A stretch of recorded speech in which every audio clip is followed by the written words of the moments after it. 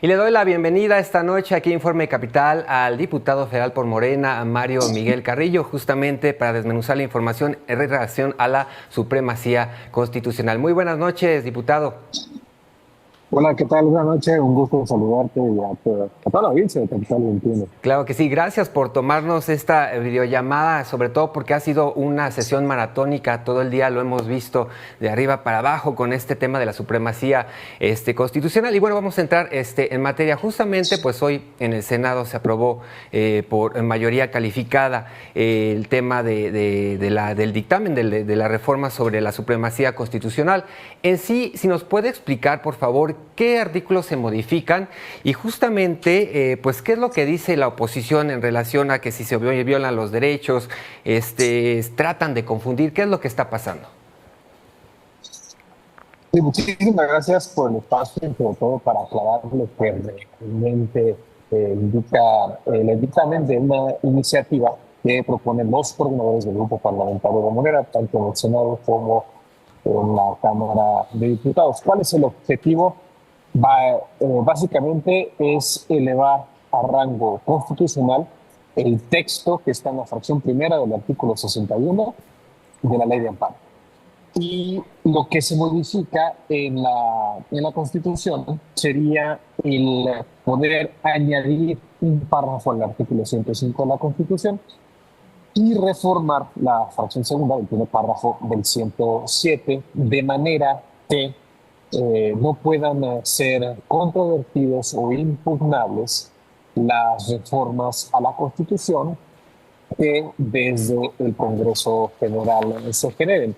¿A qué me refiero? A que si tanto en Cámara de Diputados como en el Senado de la República, que juntas es el Congreso de la Unión, se logra una mayoría calificada, 2/3 más uno, pero también en la mayoría de los 32 congresos locales, que también se logre las 2/3 más uno, se puedan modificar los artículos de la Constitución conforme la Carta Magna lo establece y que estas modificaciones no sean sujetos de los medios de control constitucional que últimamente ha aplicado la Suprema Corte de Justicia de la Nación y es en el punto en el que estamos ahorita. Entonces, pues básicamente es lo que hay en una ley secundaria, pues la ley de amparo, elevarla a rango constitucional en materia de amparo.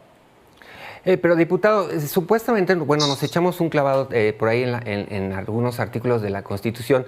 Entonces, ¿cuál es la narrativa de la oposición? Porque por ahí leíamos el artículo 135 de la Constitución, si lo pueden poner en cabina, donde dice que el único poder que puede llevar a cabo este tipo de reformas, adiciones o erogaciones es el poder reformador, es decir, el constituyente, o lo que es decir, la mayoría calificada. O sea, esto ya está establecido, entonces, pues, ¿cuál es la narrativa que ellos dicen para tratar de defender lo indefendible? Pues es que muy mañosamente el bloque opositor, que tan acostumbrados están a mentirle y engañar al pueblo de México, lo que estaban estableciendo ellos es que, apoyados también en estos ministros que responden a intereses de la oligarquía, aprovechaban que no está textualmente en la Constitución actualmente el tema de que no se puedan impugnar las reformas que, bien aclaras, en el 135 de la Constitución establece que ese poder reformador y reside exclusivamente en el poder legislativo. Entonces, ¿qué es lo que estaba pasando? Que estaban aprovechando, digamos, por abajo de la puerta, a través de rendijas ahí legales, que se pudieran impugnar, por ejemplo, los procesos legislativos y a través de esos procesos darle entrada a las impugnaciones, como lo acabamos de ver, una jueza que emitió una suspensión definitiva a lo que ya estaba publicado en el Diario Oficial de la Federación. Entonces, este tipo de cosas es lo que ya no se van a dejar a interpretación de la Suprema Corte de Justicia de la Nación, ya no se van a dejar a interpretación del Poder Federal, del Poder Judicial Federal, ¿Por qué? Porque textualmente ya va a decir en el 105 y en el 107 de la Constitución que las reformas que emanen con mayoría calificada del Congreso General no pueden ser controvertidas, impugnadas ni ser sometidas a acciones de inconstitucionalidad. Entonces totalmente queda descartado que pues viola los derechos y que pues es una interpretación absurda totalmente de lo que existe. Es decir, también en la Constitución dice que el pueblo de México pues tiene la soberanía y el poder de decidir. Sí, claro, está en el artículo 39. La soberanía dimana del pueblo.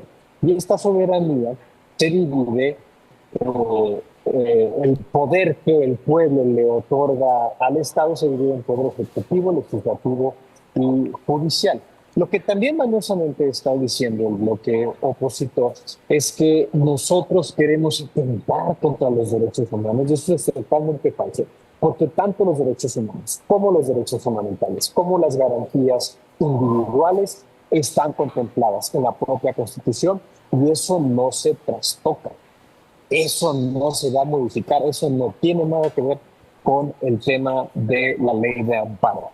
Lo que mañosamente estaban diciendo es que al no poder acceder o recurrir la Suprema Corte a la interpretación de lo que una ley secundaria permitía, entonces podía contravenir incluso con mecanismos de la convencionalidad de los tratados que México tiene a nivel internacional. Esto es totalmente falso.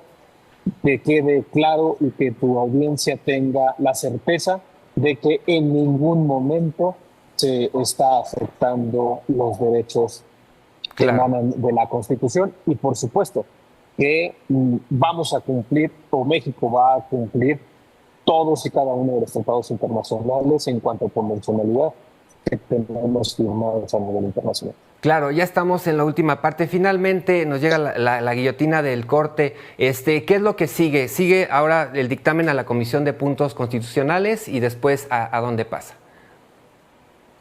Así es, el día de hoy ya instalamos la Comisión de Puntos Constitucionales en la Cámara de Diputados, la vamos a discutir la próxima semana.